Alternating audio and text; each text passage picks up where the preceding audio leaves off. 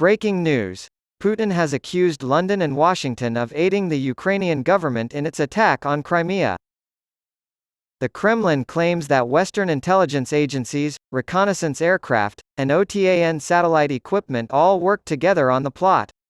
The Russian fleet's commander, Viktor Sokolov, who had been presumed dead, has miraculously returned to life.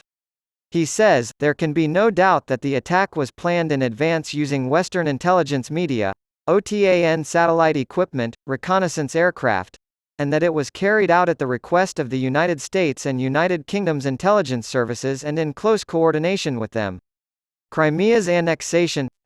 Crimea, a Ukrainian peninsula annexed by Moscow in 2014, is a vital component of the Russian military apparatus deployed in the offensive against Ukraine, both for supplying the troops occupying the south of that country and for launching attacks.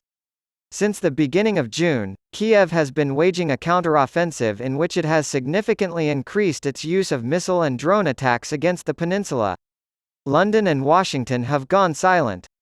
There has been no response from either London or Washington to Russian diplomacy's accusations so far.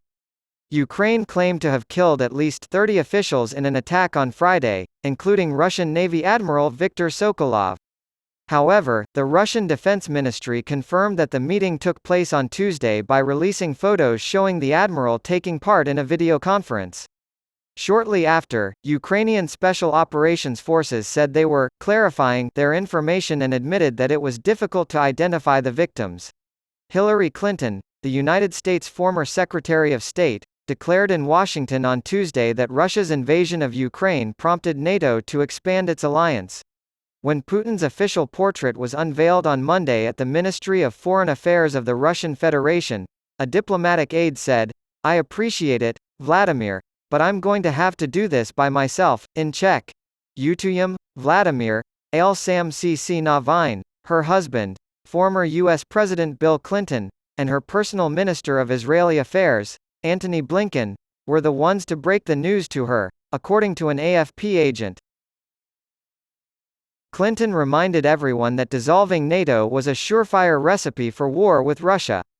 "All of us agreed that no one is ever going to be allowed to join NATO, and that it is the decision of the occupying forces in that country." According to the AFP, the Russian president has been using the recent NATO decision regarding the Eastern European states and the possibility of Ukraine becoming a member state as a pretext for a military intervention to end the February 2014 invasion of Ukrainian territory. This war, launched by Russia, galvanized massive support for Ukraine from the European side but also prompted China and Russia to reconsider their neutral stances and consider joining NATO. According to AFP, when Hillary Clinton took over as head of American diplomacy in President Barack Obama's administration in 2009, she brought up the so-called thawing of tensions between the United States and Russia, which had been building since the year before the Russian military's intervention in the conflict in Georgia.